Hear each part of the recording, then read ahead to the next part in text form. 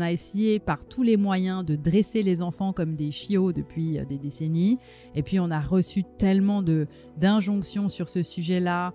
Prends pas trop ton bébé dans les bras parce que sinon, il va être dépendant au bras. Moi, je dis toujours, un bébé qui hurle quand tu le poses, c'est bon signe. C'est qu'il fonctionne bien. Un enfant qui n'est pas assez autonome, c'est qu'il n'a pas un port d'attache solide. Le fait d'avoir toujours son bébé en contact avec soi, tel que la nature l'a prévu, va créer des bébés beaucoup plus calmes et aussi au niveau métabolique, des bébés qui vont beaucoup mieux s'adapter à leur nouvelle vie. Bienvenue dans ce nouvel épisode. Aujourd'hui, on va quitter un tout petit peu l'accouchement et puis on va aller un peu plus loin. Mais on va quand même parler un peu d'accouchement quand même. Quand même un peu. On va parler du port d'attache aujourd'hui. Alors, c'est un vaste sujet. Et c'est parti, attachez vos ceintures, je vous le dis tout de suite, ça va dégommer parce qu'on va de nouveau parler de fausses croyances. Et après cet épisode, de grâce, avant de téléphoner à vos parents et de leur demander des comptes, respirez, prenez une tisane et dites-vous qu'ils ont fait du mieux qu'ils pouvaient. Exactement. Okay. Et c'est un message pas les d'espoir accabler tout de suite. Pour la suite. Okay. Il ne s'agit en aucun cas de faire un procès à ses parents et de se déchaîner dans rends-moi des comptes. C'est ça. Non, on va y aller step by step, mais c'est hyper important et je suis hyper contente que tu aies demandé à ce qu'on fasse un épisode sur le port d'attache. Pourquoi tu as voulu faire un épisode sur ce sujet d'ailleurs? Mais parce que je trouvais que, encore une fois, c'est un sujet dont on parle pas beaucoup. Et quand tu l'as mentionné dans un des cours, je crois, je me suis vraiment dit que ça pouvait valoir la peine d'en parler plus en détail. Et d'ailleurs, qu'est-ce que toi t'entends par port d'attache dans le thème de la maternité? Ouais. Alors, le port d'attache, c'est cet espace où nous sommes en totale confiance avec un sentiment de plénitude. Donc, pour le bébé, son port d'attache, c'est le corps de sa mère. Ouais. Quand le bébé vit sa gestation pendant 9 mois, il est dans le ventre et puis après, il est sur le ventre de sa mère. J'en parlais d'ailleurs dans un atelier l'autre jour. Oui. Hein. Tu te souviens? Une maman qui disait « Ah, mais nous, on n'arrête pas d'avoir des injonctions de notre entourage. Tu devrais, quand ton bébé va naître, faire participer le papa au repas, puis le mettre dans son petit lit, puis les berceaux, puis ceci, puis cela. » Bon. Le problème, c'est que quand on est entouré de personnes qui nous bombardent avec ce genre de fausses croyances, on oublie qu'un bébé, il a besoin de son port d'attache, c'est-à-dire quel est mon habitat? Je reviens toujours sur ce phénomène-là. L'habitat, c'est-à-dire mon environnement naturel à certaines périodes de ma vie. Et donc, à la naissance, le bébé, son habitat, son port d'attache, c'est le corps de sa mère. OK? Après, ça évolue avec le temps parce que bien évidemment, j'ai jamais vu un ado encore sur le ventre de sa maman. Voilà. Et heureusement. Mais ce qui est faux, et c'est l'objet, je pense, où tu vas vouloir aller dans cet épisode, c'est que plus tu vas vouloir jeter ton bébé du port d'attache en disant « Vas-y, sois autonome, mon bébé, j'ai peur que tu deviennes dépendant », et plus symboliquement et énergétiquement, ton bébé va rester dans tes jupons, comme on dit. Hein. Tu sais, d'ailleurs, oui. Il suffit juste d'écouter les mots qu'on utilise, les expressions. Et toujours dans les jupons de sa mère, etc. Énergétiquement, oui. Et ça, c'est typiquement le symptôme d'un port d'attache défaillant. Un enfant qui n'est pas assez autonome, c'est qu'il n'a pas un port d'attache solide. C'est contre-intuitif parce qu'on a essayé par tous les moyens de dresser les enfants comme des chiots depuis des décennies. Et puis, on a reçu tellement d'injonctions sur ce sujet-là. Prends pas trop ton bébé dans les bras parce que sinon, il va être dépendant au bras. Oui, il va s'habituer, tu ne pourras jamais le poser. Il va être capricieux. Et en fait, plus on a voulu aller dans ce sens-là, plus on a rendu les enfants dépendants, peureux, pas sûrs d'eux, instables, etc. Ouais. Mais du coup, ça fait quoi dans le cerveau ou dans le petit être qu'est un bébé si il n'est pas à son port d'attache, justement? Et si, soit il est dans des bras qui sont pas ceux de ses parents ou dans un lit ou, on entend souvent à la préparation à la naissance, ah, mais moi j'ai déjà préparé la chambre du bébé avec son lit qui est forcément pas dans la même pièce. qu'est-ce que ça implique pour le bébé? Alors, là, tu vois, dans ta question, on a le planning pour 3 mois d'épisodes de podcast et c'est génial parce qu'il y a tellement à dire. Mais en gros, moi, je dis toujours, un bébé qui hurle quand tu le poses, c'est bon signe. Ok. C'est qu'il fonctionne bien. Et tu sais comment on appelle ça dans la littérature courante? Non. Un baby, un BABI. Ah oui, j'ai déjà un entendu. bébé aux besoins intenses. Oui. Voilà, on a réussi à rendre pathologique un bébé qui fonctionne hyper bien. Ouais. Sauf que comme maintenant les bébés fonctionnent de moins en moins bien parce que on a de nouveau perturbé le processus involontaire de tout ce système-là, bah, on considère que les exceptions, des bébés qui crient dès qu'on les pose, eux, ils vont pas bien. Alors qu'en fait, les bébés sont équipés avec un système d'alarme qui est, dès qu'on me pose, je crie pour vite qu'on me recherche parce que s'il y a un prédateur qui rôde, je suis finie. Je n'ai pas les moyens de me défendre. Alors, effectivement, ça fait appel, si on veut juste parler de la physiologie par rapport à ça, c'est important parce que le port d'attache, il évolue avec les années. Mais le fait qu'un bébé se retrouve suffisamment loin de sa mère dans sa perception de ce qui se passe, bien évidemment, il peut être à côté dans un berceau en plastique dans une salle de naissance. Ces fameux petits berceaux qu'on met en plexiglas. Il peut être là à côté et avoir l'impression qu'il est plus loin de sa mère qu'un éventuel prédateur. Et dans ce cas-là, il va se mettre en état de gel. Ça s'appelle comme ça. Et parce que tu me poses la question, quelles peuvent être les problématiques au niveau du cerveau? Et là, il faut le savoir parce que, de nouveau, là, c'est pas une histoire de croyance, ça a été mesuré. On sait que ça va activer certaines zones du cerveau qui s'activent aussi quand on est maltraité. Ça s'appelle peur-terreur, la fameuse les enfants battus. Et donc, ça peut créer des problématiques dans la fabrication des circuits neuronaux, surtout pour la partie qui est dans notre cerveau, la partie de la confiance. J'ai confiance en la vie, j'ai confiance en l'autre, etc. Donc ça a été mesuré, c'est assez factuel. On sait qu'aujourd'hui, les états de gel créent des problèmes sur les développements cérébraux des enfants. De nouveau, on n'est pas tous calibrés pareil, donc il faudrait mesurer et suivre tous ces bébés, ce qui n'est pas fait aujourd'hui. Donc ça, c'est la base. Effectivement, les chambres pour bébés, c'est la pire des choses. Et donc, souvent, on voit des bébés qui ont renoncé, en fait, qui ont renoncé à appeler. Et donc, ceux-là, on dit qu'ils sont sages. Parce qu'ils pleurent pas. Mais ils ont juste ils font pas de bruit, ils crient pas, ils pleurent pas, c'est bon. Ils crient plus. Oui, ils crient plus. Tu vois? Ou alors, ceux qui crient pas d'emblée, souvent, c'est ceux qui sont trop apathiques et qui n'ont pas Alors, il y en a qui malheureusement subissent une mise en route de l'allaitement qui est compliquée, donc ils n'ont plus assez d'énergie pour crier. Donc ça, c'est vraiment, on va mettre ça à part parce que, bon, ça, c'est différent. C'est une autre problématique. Mais ceux qui ont cette fameuse tétine en plastique dans la bouche, on va... d'une certaine façon, dire, bon, bah voilà, je te donne ça parce qu'il y a un besoin de succion qui est fort, alors qu'en réalité, c'est sur sa mère, on le dit d'ailleurs en Biological Nurturing, qui est vraiment l'objet de la semaine 6 du Mastermind, c'est à la bonne adresse, comme le dit très bien Suzanne Colson, avec qui je me suis formée. Le bébé étant à la bonne adresse, il est sur son port d'attache. Elle n'utilise pas ces mots, mais en fait, c'est le port d'attache à cet âge-là. C'est vrai qu'on a cette idée préconçue, cette fausse croyance de dire « Ah, mais si ton bébé, il est toujours sur toi, il va s'habituer, il va jamais te laisser, comme on a pu le dire. Mais si on le garde sur soi avec nous, qu'est-ce que du coup ça induit au lieu du côté négatif, le côté positif ?» Ouais. Quels sont les bénéfices? Exactement.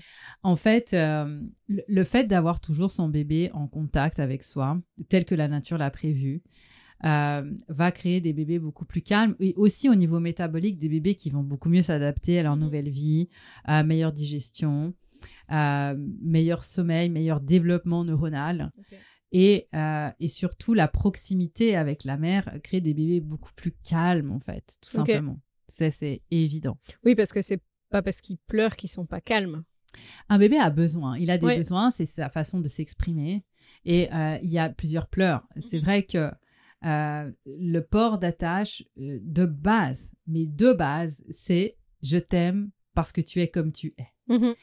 Et je crois que dans notre civilisation, s'il y a bien une chose qu'on dit aux parents une des premières choses qu'on dit aux parents qui viennent d'avoir un bébé, c'est est-ce qu'il fait ses nuits?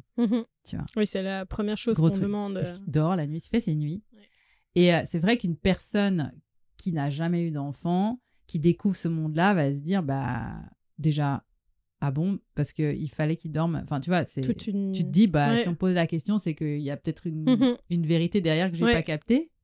Et mon bébé, du coup, bah, peut-être qu'il devrait dormir, puisque tout le monde me dit, bah, il fait ses nuits, tu vois. Et il y a ce stress autour de faire ses nuits qui fait que inconsciemment, beaucoup de parents relayent ce que eux-mêmes ont reçu quand ils étaient petits. C'est-à-dire, bah, je t'aime, mais je t'aimerais plus si tu dormais plus. Ouais. C'est à partir de là qu'on commence à grignoter l'efficacité et les bénéfices du port d'attache. Parce que l'enfant, lui, de base, il va toujours penser que s'il y a un problème, ça vient de lui. Ouais. Et qu'il va forcément faire tout pour être aimé.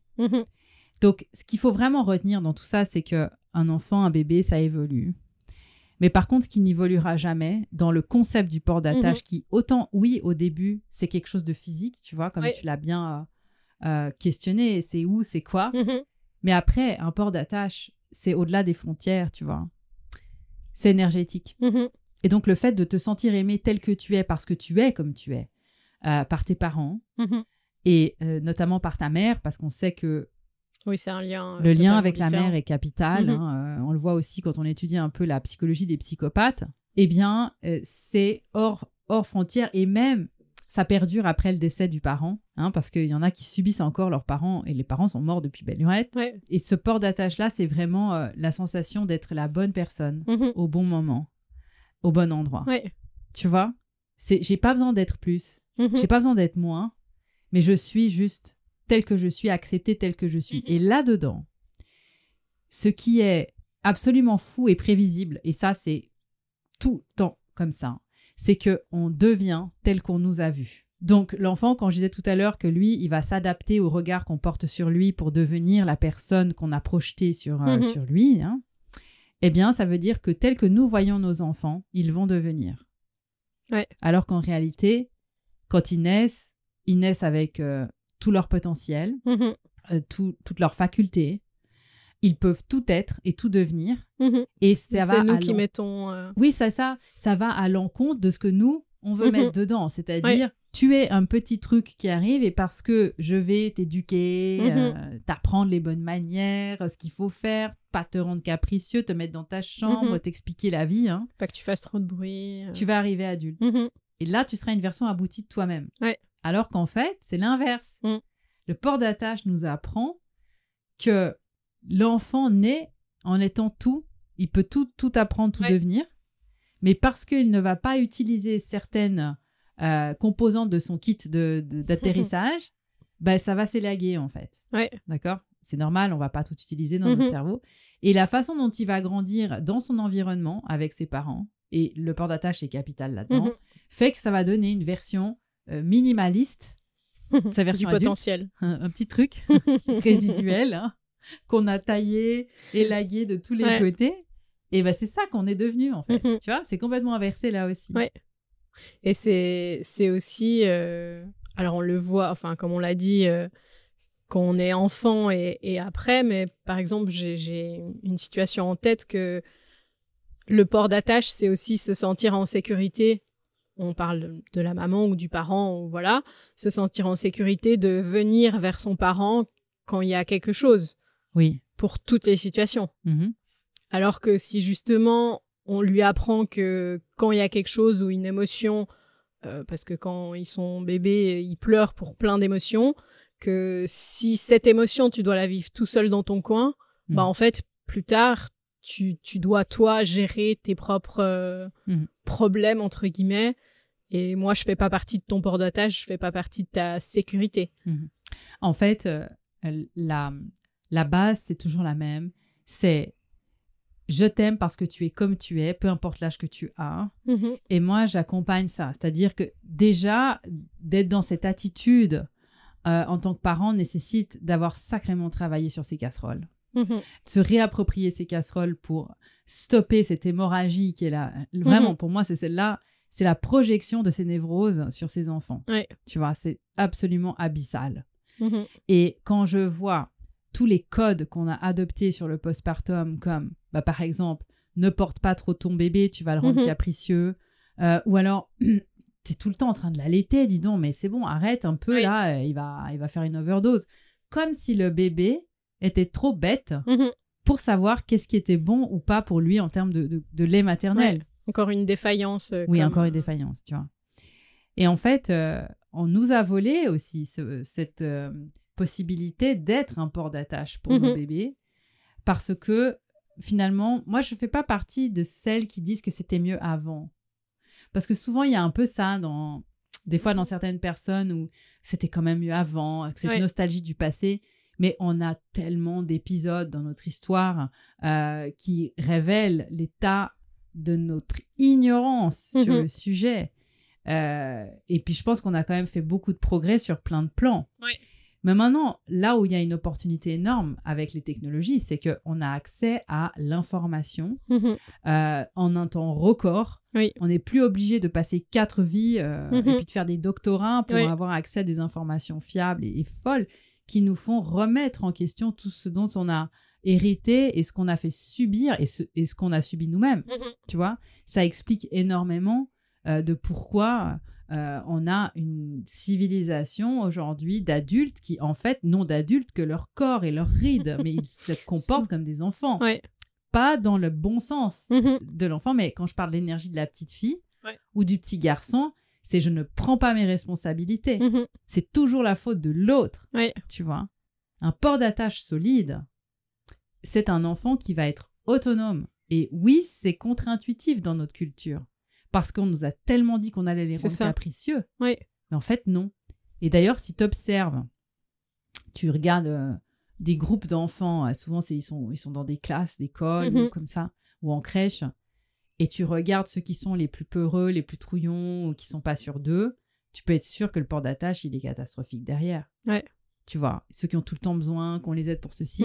À l'inverse, ceux qui sont autonomes, qui sont à l'aise, qui connectent avec différents types de personnes, des adultes, des personnes en chaise roulante, de toutes les couleurs, de toutes les races, de tout ce que tu veux.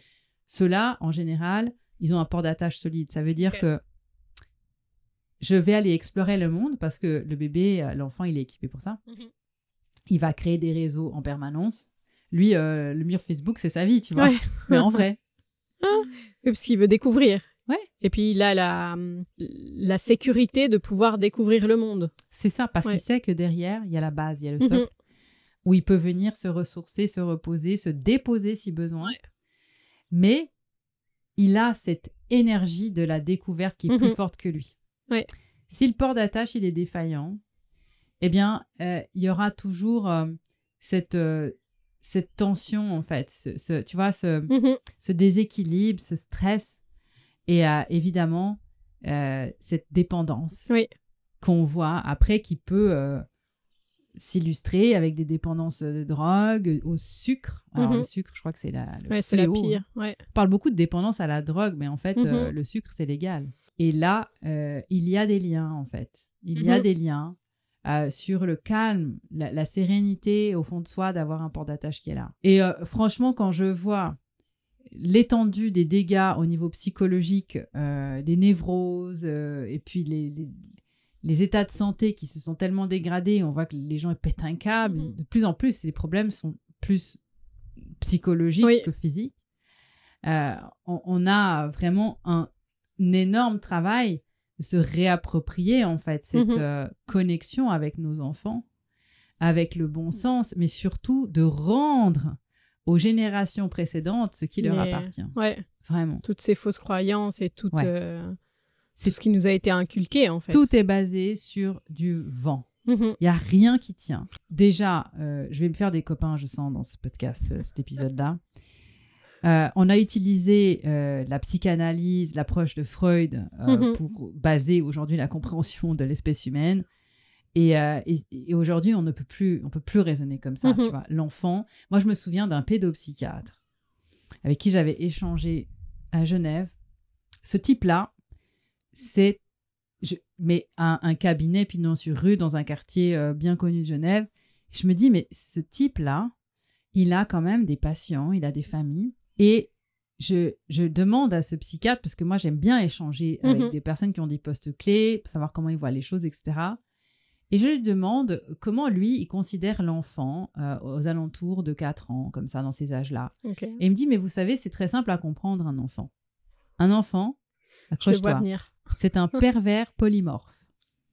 Voilà, en gros, lui, tout ce qu'il veut, c'est contrôler son environnement, c'est être dans sa pulsion, parce qu'évidemment, il y a toujours ces mots qui ressortent de ces psychanalyses freudiennes complètement gangrénées par une énergie qui est à l'encontre de ce qu'est la physiologie et le sacré. Ouais. Et nous, on a hérité de tout ça dans nos vies. Alors, je la fais courte, parce qu'il n'y a pas que lui. Je ne veux pas non plus le mettre sur le sol, sur le podium, parce qu'il y en a d'autres. Mais en fait, moi, je propose vraiment ça, c'est-à-dire de rendre à tous ceux d'avant ce qui leur appartient là-dedans. Et puis, à se réapproprier cette connexion avec nos enfants et avec nous-mêmes aussi, parce que nous-mêmes, probablement, on n'a pas eu un port d'attache qui nous a donné ce message, je t'aime parce que tu es comme tu es. Ouais. Et combien de fois dans nos vies on se juge, on passe notre temps à se juger, non? Oui. Je suis pas assez, je suis trop. Ça vient de là, en fait. Ouais. Et donc, parce qu'il y a ce terreau-là, dans son propre jardin, quand je dis qu'on vit comme on est né, ça fait partie du tableau. C'est-à-dire que je vais en permanence appuyer sur le bouton auto-sabotage. Ouais. Parce qu'en fait, j'ai pas eu l'engrais au départ, tu vois. Oui, on m'a pas donné un port d'attache solide, sécurisant aussi. Sécurisant parce que le message énergétique, de nouveau, il n'y a rien besoin de dire à un enfant. Un enfant, il capte tout. Mais c'est vraiment cette attitude qui change. Tu vois, des fois, il y a des personnes qui peuvent être tellement dans la théorie que, voilà, on dit les choses parce qu'on les a apprises, etc. Mais si tu vibres pas, c'est comme quand tu es en train d'accoucher, tu vois. Oui. Le partenaire, s'il dit ça va aller chérie, mais qu'en fait il est pété de trouille, ça va pas le faire. Là c'est pareil. Ouais.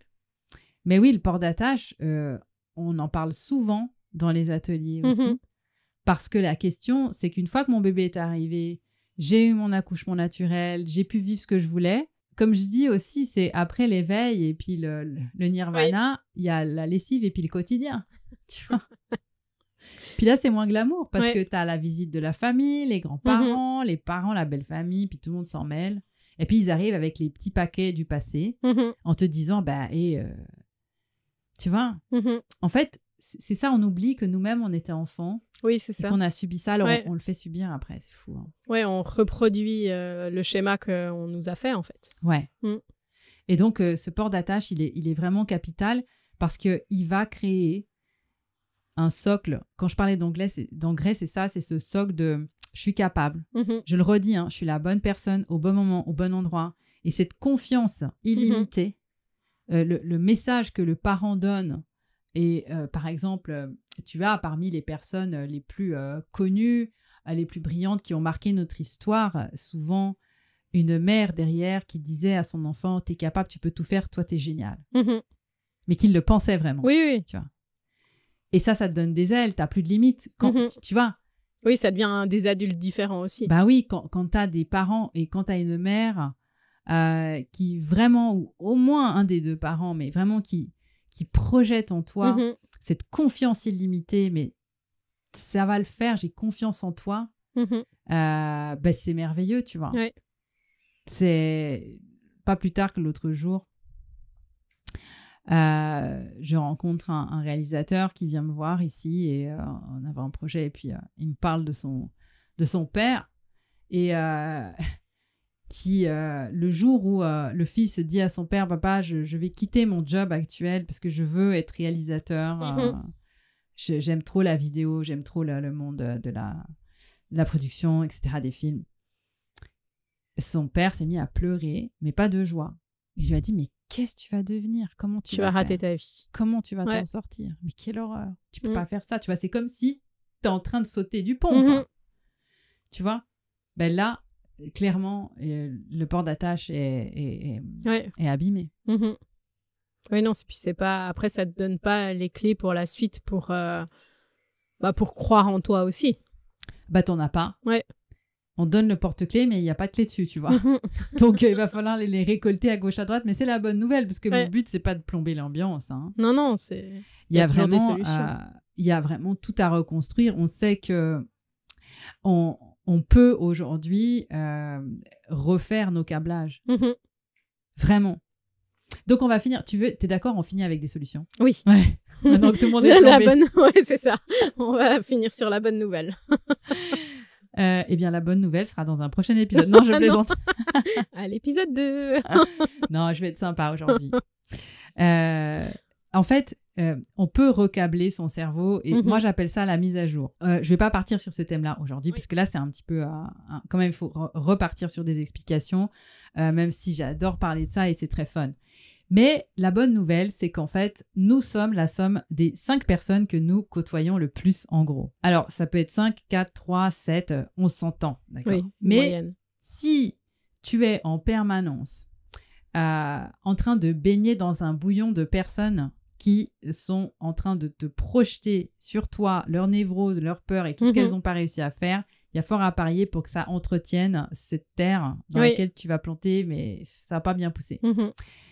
Par contre, si maintenant tu décides, parce que je rappelle pour ceux qui l'ont oublié, on est 8 milliards sur Terre, on a quand même... On devrait trouver... Ouais, on a un peu de marge de manœuvre. Si aujourd'hui vous savez pas, vous cherchez, vous dites mais j'ai personne, bah mettez une story sur Insta. Je cherche quelqu'un. Je cherche des personnes pour entretenir l'engrais de mon jardin. Je veux des personnes qui croient en moi, qui me poussent, qui sont à fond, t'es un bon état d'esprit. Eh ben en fait ça a vraiment des vertus extraordinaires. Pourquoi? Eh bien parce que en fait dans notre façon de raisonner les uns les autres, puisqu'on a besoin de connecter, il y a un phénomène magique, alors je peux pas l'expliquer, mais ce que j'observe, c'est que ça va très très vite quand tu changes les personnes qui composent ton environnement. T'es imprégné, je l'ai vu, j'ai quand même fait plusieurs fois des expériences avec des personnes qui venaient me voir au bout de 3, 4, 5 jours, des personnes transformées, me disaient, mais bon là c'est vrai parce qu'elles ont été sur l'autoroute, hein, parce que c'était du coaching non-stop, mais c'était vraiment hyper intense. Je me disais, waouh, je pensais pas que je me sentirais capable, des gens qui, tac, comme ça maintenant, ok, let's go, j'y vais, je fonce. Et en fait, j'ose passer à l'action parce que c'est en passant à l'action différemment qu'on crée des nouvelles connexions et qu'on devient en fait, ou qu'on redevient plutôt, la bombe des potentiels que nous étions. On retrouve cette graine souche. On s'enlève en soi. Toutes les choses négatives qu'on s'est mises dessus en fait. T'as réussi à me réveiller pour cet épisode parce que je rappelle que je me suis réveillée à 5h du matin, pas parce que j'aime ça, mais à cause des enfants. Et j'ai dit à Charlotte, je sais pas comment je vais tenir, j'en peux plus. Et on a réussi. Et en fait, je sens que je suis en train de m'enflammer là. Il faut qu'on revienne sur ce thème-là. On refera un épisode sur le même thème. Est-ce que ça répond à tes questions de départ? Oui. Est-ce qu'il manque des choses dans cet épisode sur le port d'attache? Là, pour l'instant, j'ai l'impression qu'on a fait un bon... S'il manque des choses, dites-le nous en commentaire. On va les rajouter sur un prochain épisode parce que c'est un sujet qui est vaste, qui est important, qui surprend certaines fois aussi.